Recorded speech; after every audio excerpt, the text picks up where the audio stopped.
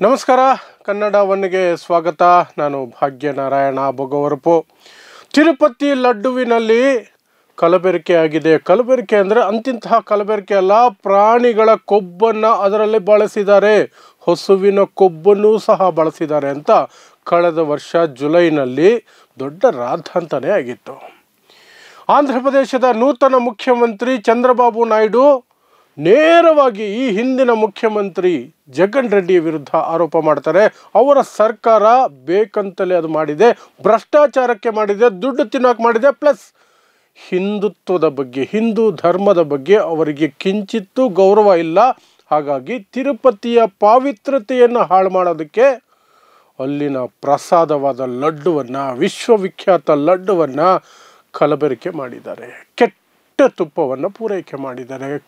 ಕೇವಲ ಕೆಟ್ಟ ತುಪ್ಪ ಅಲ್ಲ, ಪ್ರಾಣಿಗಳ ಕೊಬ್ಬು, ಹಸುವಿನ ಕೊಬ್ಬು ಎಲ್ಲ ಬೆರೆಸಿ ಕೊಟ್ಬಿಟ್ಟಿದ್ದಾರೆ ಅಂತ ದೊಡ್ಡ ರಾದ್ಧಾಂತ ಮಾಡಿದರು. ಆ ನಂತರ ಸುಪ್ರೀಂ ಕೋರ್ಟ್ ಮಧ್ಯಪ್ರವೇಶ ಮಾಡಿತು. ರಾಜಕೀಯ ಮಾಡೋದು ಬಿಡಿ, ತನಿಖೆ ಮಾಡಿ ಅಂತ ಹೇಳ್ತು. CBIಗೆ ಆ ತನಿಖೆ ಹೋಯಿತು. CBI ತನಿಖೆ ಮಾಡ್ತಿದ್ದಾಗಲೂ ಸಹ ಆಂಧ್ರ ಪ್ರದೇಶದ ಉಪಮುಖ್ಯಮಂತ್ರಿ ಪವನ್ ಕಲ್ಯಾಣ್ ಉಪವಾಸ ಇರೋದೇನು, ದೇವಸ್ಥಾನದ ಮೆಟ್ಲುಗಳನ್ನು, ಆವರಣವನ್ನು ತೊಳೆಯೋದೇನು, ದೇವಸ್ಥಾನದ ಒಳಗಂತೂ ಹೋಗಲಿಲ್ಲ. ಯಾಕೆಂದರೆ ಅಲ್ಲಿಗೆ ಬಿಡಲ್ಲ, ಅಲ್ಲಿಗೆ ಬ್ರಾಹ್ಮಣರನ್ನ ಮಾತ್ರ ಬಿಡೋದು. ಇವ್ರದ್ದೇನಿದ್ರು ಹೊರಗಡೆ ಅಷ್ಟೇ. ಮೆಟ್ಲು ತೊಳೆದ್ರು, ಗರ್ಭಗುಡಿ ತೊಳೆಯೋದಕ್ಕೆ ಬಿಟ್ಟಿರ್ತಿದ್ರ, ಅಲ್ಲಿ ಹೋಗಿದ್ರೆ ಗೊತ್ತಾಗಿರೋದು ಪವನ್ ಕಲ್ಯಾಣ್ಗೆ. ಹೋಗಲಿ ಬಿಡಿ, ಅದು ಬೇರೆ ವಿಚಾರ, ಅದು ಬೇರೆ ಸಬ್ಜೆಕ್ಟ್ ಅದು. ಈಗ ಆ ತನಿಖೆ ಒಂದು ಹಂತಕ್ಕೆ ಬಂದಿದ್ದು 4 ಜನರನ್ನು ಬಂಧನ ಮಾಡಿದ್ದಾರೆ CBIನ SIT. 4 ಜನ. ಆದರೆ ಮಾಧ್ಯಮಗಳ ಬಾಯಿಂದ ಹೆಚ್ಚಿಗೆ ಏನೂ ಬರ್ತಾ ಇಲ್ಲ. ಇದು ಸಿಂಪಲ್ ಸುದ್ದಿ ಅನ್ನೋ ಥರ ಹಾರಿಕೆಯಲ್ಲಿ ಹಾರಿಸಿ ಬಿಡ್ತಾ ಇದ್ದಾರೆ. ಕಾರಣ ಏನು ಅನ್ನೋದು ನಿಮಗೆ ಮುಂದೆ ಗೊತ್ತಾಗುತ್ತೆ. ಆ ಆರೋಪಿಗಳು ಯಾರು ಅಂತ ಗೊತ್ತಾದರೆ ನಿಮಗೆ ಅದರ ಅರ್ಥ ಆಗುತ್ತೆ, ಅದರ ಹಿಂದಿನ ಗುಟ್ಟೇನು ಅಂತ. ಅದೇ ಜಾಗದಲ್ಲಿ ಒಬ್ಬ ಮುಸ್ಲಿಮು ಅಥವಾ ಬೇರೆ ಇವರಿಗೆ ಬೇಕಾದ ಹೆಸರೋ, ವ್ಯಕ್ತಿನೋ, ಸಂಸ್ಥೆನೋ ಯಾವುದೋ ಒಂದು ಇದ್ದಿದ್ದರೆ ಇಷ್ಟೊತ್ತಿಗೆ ಈ ಬಂಧನದ ನಂತರ ಮತ್ತೆ ದೇಶದಲ್ಲಿ ಬೆಂಕಿ ಹಚ್ಚುವ ಮಟ್ಟಕ್ಕೆ ಮಾತಾಡಿರೋರು ಇದೇ ಮಾಧ್ಯಮಗಳು, ಇದೇ ಗೋಧಿ ಮಾಧ್ಯಮಗಳು. ಆದರೆ ಈಗ ಅದಕ್ಕೆ ಅವಕಾಶ ಇಲ್ಲದಂಗೆ CBI ತನಿಖೆಯಿಂದ ಸತ್ಯಾಂಶಗಳು ಒಂದೊಂದಾಗಿ ಹೊರಗೆ ಬರ್ತಾ ಇದೆ. ಮೊದಲಿಗೆ ಸತ್ಯಾಂಶ ಏನು ಹೊರಗೆ ಬಂದಿದೆ, ಮಾಧ್ಯಮಗಳು ಏನು ಮಾಡ್ತಿದೆ, ಏನು ಮಾಡ್ತವೆ ಅನ್ನೋದ್ರ ಬಗ್ಗೆ ನಿಮಗೆ ಹೇಳುವಂಥ ಪ್ರಯತ್ನ ಮಾಡ್ತೀನಿ. ಮೊದಲಿಗೆ ನಾವು ನೋಡಬೇಕಾಗಿರುವಂಥದ್ದು, ಇವತ್ತು 4 ಜನರನ್ನು ಬಂಧಿಸಿದ್ದಾರೆ. ಅದರಲ್ಲಿ 2 ಹೆಸರು ಬಿಪಿನ್ ಜೈನ್, ಪೋಮಿಲ್ ಜೈನ್. ಬಿಪಿನ್ ಜೈನ್ ಒಬ್ಬರ, ಪೋಮಿಲ್ ಜೈನ್ ಅನ್ನುವಂಥವನು ಇನ್ನೊಬ್ಬ. ಇವರಿಬ್ಬರು ಸಹ ಬೋಲೆ ಬಾಬಾ ಅನ್ನುವಂತಹ ಉತ್ತರಾಖಂಡದ ಡೈರಿಯ ಡೈರೆಕ್ಟರ್ಸ್. ಉತ್ತರಾಖಂಡದ ಡೈರಿ, ಉತ್ತರಾಖಂಡದಿಂದ ಬರಬೇಕಿತ್ತ ತುಪ್ಪ ಇಲ್ಲಿಗೆ. ಅಲ್ಲಿನ ಬೋಲೆ ಬಾಬಾ ಅನ್ನುವಂತಹ ಡೈರಿಯ ಡೈರೆಕ್ಟರ್ಸ್ ಅವರಿಬ್ಬರು. ಯಾರು? ಬಿಪಿನ್ ಜೈನ್ ಮತ್ತು ಪೋಮಿಲ್ ಜೈನ್ ಅನ್ನುವಂಥವ್ರು. ಅವ್ರ ಜೊತೆಗೆ ಇನ್ನೂ 2 ಬಂಧಿಸಿದ್ದಾರೆ. ಅದರಲ್ಲಿ ಒಬ್ಬರ ಹೆಸರು ಅಪೂರ್ವ ವಿನಯ್ಕಾಂತ್ ಅಪೂರ್ವ ವಿನಯ್ಕಾಂತ್ ಚಾವ್ಡಾ ಅಂತ. ಈತ ವೈಷ್ಣವಿ ಡೈರಿಯ ಡೈರೆಕ್ಟರ್. ಏನು ಇವರ ಸಂಬಂಧಗಳು ಅಂತ ನಾನು ಮುಂದಕ್ಕೆ ಹೇಳ್ತೀನಿ. ಇನ್ನೊಬ್ಬನ ಹೆಸರು Raju Rajasekharan, managing director AR dairy. ಈತ ಇನ್ನೊಬ್ಬ ವ್ಯಕ್ತಿ, 4ನೇ ವ್ಯಕ್ತಿ. ಈ 4 ಜನ ಸೇರಿಕೊಂಡು ಇದನ್ನು ಮಾಡಿದ್ದಾರೆ ಅನ್ನೋದು ಈಗ CBI ತನಿಖೆಯಿಂದ ಬಂದಿರುವಂತಹ ಒಂದು ವರದಿ. ಮತ್ತು ಆ 4 ಜನರನ್ನು ಈಗ ಬಂಧಿಸಲಾಗಿದೆ. ಹಾಗಾದರೆ ಏನನ್ನು ನಡ್ಕೊಂಡು ಬಂತು? ಜುಲೈಯಲ್ಲಿ ಮುಖ್ಯಮಂತ್ರಿ ಚಂದ್ರಬಾಬು ನಾಯ್ಡು ಅದನ್ನು ಡೀಲ್ ಮಾಡೋದು ಬಿಟ್ಟು, ಅಥವಾ ಅದನ್ನು ತನಿಖೆ ಮಾಡಿಸೋದು ಬಿಟ್ಟು ರಾಜಕೀಯ ಮಾಡೋಕ್ಕೆ ನೋಡಿದ್ರು, ಧರ್ಮಾಂಧತೆಯನ್ನು ತುಂಬೋಕೆ ನೋಡಿದ್ರು. ಜಗನ್ಮೋಹನ್ ರೆಡ್ಡಿ ಕ್ರಿಶ್ಚಿಯನ್ ವ್ಯಕ್ತಿ, ಬೇಕು ಅಂತಲೇ ತಿರುಪತಿಯನ್ನು ಅಪವಿತ್ರಗೊಳಿಸೋದಕ್ಕೆ ಮಾಡಿರೋದು, ಹಾಗೆ ಹೀಗೆ ಅಂತ ಕತೆ ಹೊಡೆದ್ರು. ಆವಾಗ ಸುಪ್ರೀಂ ಕೋರ್ಟ್ ತಲೆ ಮೇಲೆ ಹೊಡಿತು. ನಿಮ್ಮ ರಾಜಕೀಯ ಕಿತ್ತು ಪಕ್ಕಕ್ಕೆ ಸರೀರಿ. ಕೋಟ್ಯಾಂತರ ಭಕ್ತರಿದ್ದಾರೆ ತಿರುಪತಿಗೆ, ಅವರಿಗೆಲ್ರಿಗೂ ಮಾನಸಿಕವಾಗಿ ಒಂದು ರೀತಿ ಆಘಾತವಾಗಿದೆ, ಅಥವಾ ಅವರಿಗೆ ಏನೋ ಒಂದು ರೀತಿ ಹಿಂಸೆ ಆಗಿದೆ, ಮಾನಸಿಕ ಹಿಂಸೆ. ಅದಕ್ಕೆ ತನಿಖೆ ಮಾಡಿ ತಪ್ಪಿತಸ್ಥರನ್ನು ಕಂಡುಹಿಡೀರಿ ಅಂತ. ಅಲ್ಲಿಗೆ CBI ಕಡೆಯಿಂದ SIT ನೇಮಕ ಆಗಿತ್ತು. ಆ SITಯಲ್ಲಿ 5 ಜನ ಮೆಂಬರ್ಗಳಿದ್ದರು. ನವಂಬರ್ ತಿಂಗಳಲ್ಲಿ ಅದು CBI SIT ಆಗಿತ್ತು. 5 ಜನ ಮೆಂಬರ್ ಕೋರ್ಟ್ ಹೇಳಿದ ಮೇಲೆ. ಅದರಲ್ಲಿ ಸೆಂಟ್ರಲ್ ಅಂದರೆ ಕೇಂದ್ರ ಸರ್ಕಾರದ ಕಡೆಯಿಂದ 2 ಅಧಿಕಾರಿಗಳಿದ್ದರು, 2 ಪೊಲೀಸರು, ಆಂಧ್ರ ಪ್ರದೇಶದಿಂದ ಪೊಲೀಸ್ ಆಫೀಸರ್ಗಳು ಆ ತಂಡದಲ್ಲಿದ್ದರು, ಆ ಸಮಿತಿಯಲ್ಲಿದ್ದರು. ಇನ್ನು ಫುಡ್ ಸೇಫ್ಟಿ ಆ್ಯಂಡ್ ಸೆಕ್ಯೂರಿಟೀಸ್ ಅಂತ ಇದೆಯಲ್ಲ, ಭಾರತದ ಆಹಾರದ ಗುಣಮಟ್ಟವನ್ನು ಮಿತಿಯಲ್ಲಿಡುವ ಅಥವಾ ಅದನ್ನು ನೋಡಿಕೊಳ್ಳುವಂತಹ ಸಂಸ್ಥೆ, ಆ ಸಂಸ್ಥೆಯ ಒಬ್ಬರು ಮೆಂಬರು ಸಹ ಅದರಲ್ಲಿದ್ದರು. ಒಟ್ಟಿಗೆ 5 ಜನರ ತಂಡ ನೇಮಕ ಮಾಡಲಾಯಿತು. ಅದು CBI ಅಡಿಯಲ್ಲಿ SIT ಆಗಿ ನೇಮಕ ಆಯಿತು. ಆ ತಂಡ ಕೈಗೊಂಡಂತಹ ತನಿಖೆಗಳು, ಆ ನಂತರದ ಬೆಳವಣಿಗೆಗಳು ಈಗ ನಡೀತಾ ಇರುವಂತಹದ್ದು. ಈ 4 ಜನರ ಬಂಧನವಾಗಿದೆ. ಇನ್ನು ಮುಖ್ಯವಾದಂತಹ ವಿಚಾರಕ್ಕೆ ಬರೋದಾದರೆ,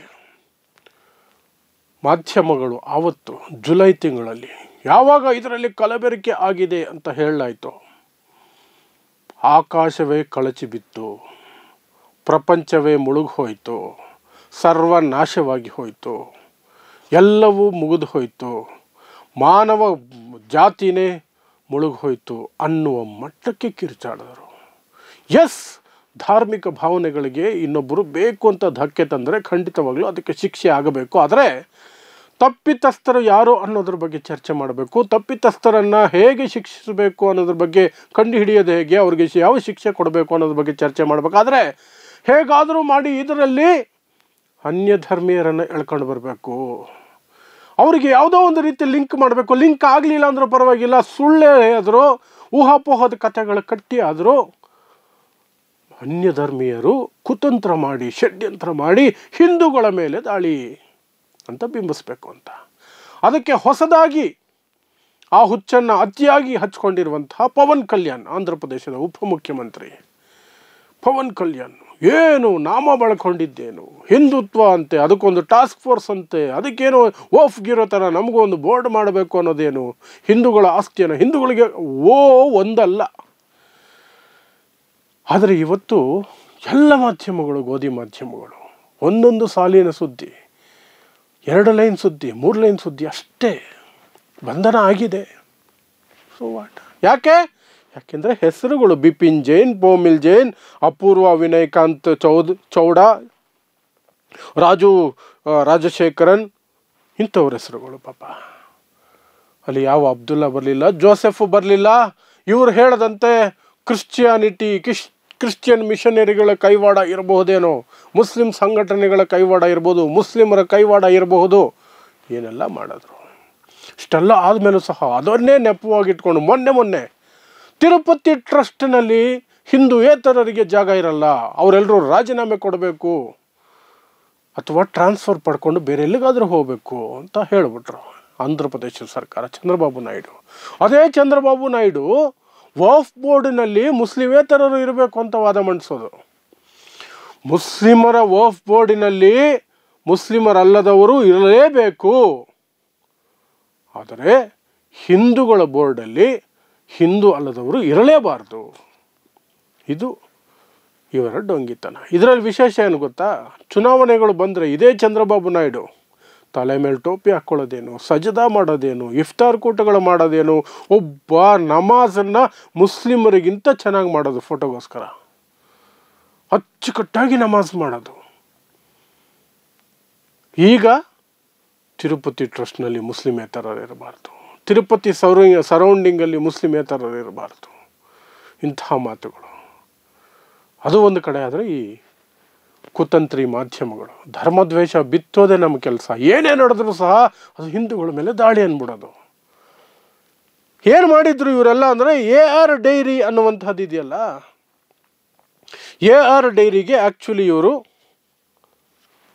ಕಾಂಟ್ರಾಕ್ಟ್ ಕೊಟ್ಟಿರಲಿಲ್ಲ, ವೈಷ್ಣವಿ ಡೈರಿಗೆ ಕಾಂಟ್ರಾಕ್ಟ್ ಕೊಟ್ಟಿದ್ದು. ಆದರೆ ಸಪ್ಲೈ ಮಾಡ್ತಿದ್ದು AR ಡೈರಿ. ಯಾಕಂದರೆ ವೈಷ್ಣವಿ ಅವರು ಡಾಕ್ಯುಮೆಂಟ್ಗಳನ್ನು ತಿದ್ದಿ AR ಡೈರಿ ಮೂಲಕ ತಿರುಪತಿಗೆ ತುಪ್ಪವನ್ನು ಸಪ್ಲೈ ಮಾಡ್ತಿದ್ರು.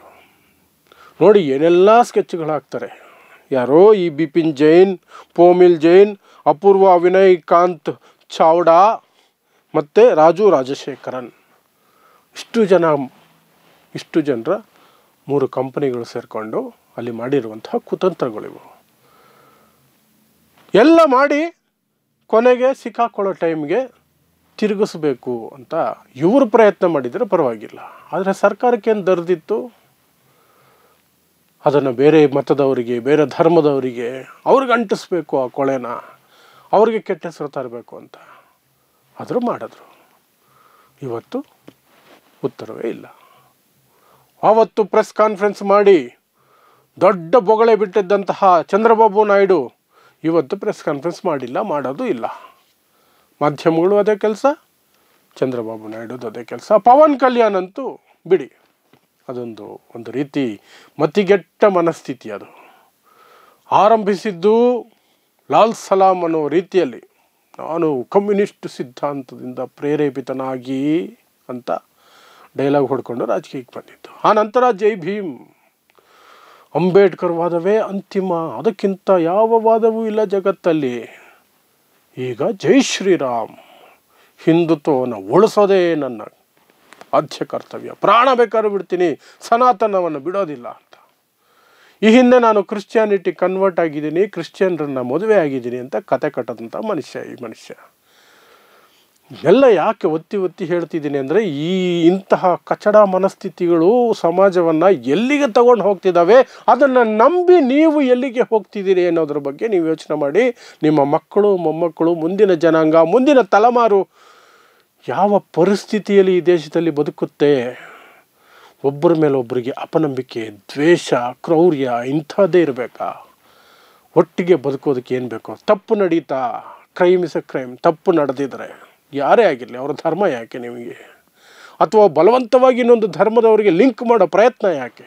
ತಪ್ಪು ಮಾಡಿದವ್ರಿಗೆ ಶಿಕ್ಷೆ ಕೊಡಿ. ಈಗ ಈ 4 ಜನ ಏನಾದರೂ ಮಾಡಿದ್ದಾರೆ ಅನ್ನೋದು ಕೋರ್ಟಲ್ಲಿ ಪ್ರೂವ್ ಆದರೆ ಹ್ಯಾಂಗ್ ದೆಮ್. ಏನು ಶಿಕ್ಷೆ ಕೊಡ್ತಿರೋ ಕೊಡಿ. ಯಾವ ಶಿಕ್ಷೆ ಕಾನೂನಲ್ಲಿದೆಯೋ ಉಗ್ರ ಶಿಕ್ಷೆಯನ್ನು ಕೊಡಿ. ಯಾಕಂದರೆ ಇನ್ನೊಬ್ಬರ ಧಾರ್ಮಿಕ ಭಾವನೆಗಳನ್ನು ಉದ್ದೇಶಪೂರ್ವಕವಾಗಿ ಹಣದ ಲಾಭಕ್ಕೆ ಈ ರೀತಿ ಮಾಡೋದು ತಪ್ಪಾಗತ್ತೆ. ಯಾಕಂದರೆ ತಿರುಪತಿ ಲಡ್ಡು ಇಡೀ ದೇಶಕ್ಕೆ ಸಪ್ಲೈ ಆಗುತ್ತೆ. ಅದರ ಮೇಲೆ ತುಂಬ ಜನ ಭಕ್ತಿ ಇಟ್ಟಿದ್ದಾರೆ, ನಂಬಿಕೆ ಇಟ್ಟಿದ್ದಾರೆ. ಅದರ ರುಚಿನೂ ಹಾಗೇ ಇದೆ. ಅಂತಹದ್ದಕ್ಕೆ ಕಲಬೆರಕೆ ಮಾಡ್ತೀವಿ ಒಂದಷ್ಟು ಕಾಸು ಮಾಡ್ಕೊಳ್ಳೋದಕ್ಕೆ ಅಂದರೆ ಕಚಡ ಮನಸ್ಥಿತಿಯ ಜನ, ಅವ್ರಿಗೆ ಏನು ಬೇಕಾದ್ರೂ ಶಿಕ್ಷೆ ಕೊಡಿ. ಆದರೆ ಅದನ್ನು ಎಲ್ಲಿಗೋ ಅಂಟು ಹಾಕೋದು, ಎಲ್ಲಿಗೋ ತಗಲು ಹಾಕೋದು, ಈ ಕಚಡ ಕೆಲಸಗಳನ್ನು ಬಿಡಿ. ಆಗ ಎಲ್ಲವೂ ಸಹ ಸುಸೂತ್ರವಾಗಿರುತ್ತೆ, ದೇಶವೂ ಸಹ ನೆಮ್ಮದಿಯಾಗಿರುತ್ತೆ. ಅಷ್ಟೇ. ನೋಡ್ತಾ ಇರಿ ಸಮಾಜಕ್ಕಾಗಿ ಕನ್ನಡ 1 ನ್ಯೂಸ್. ನಮಸ್ಕಾರ.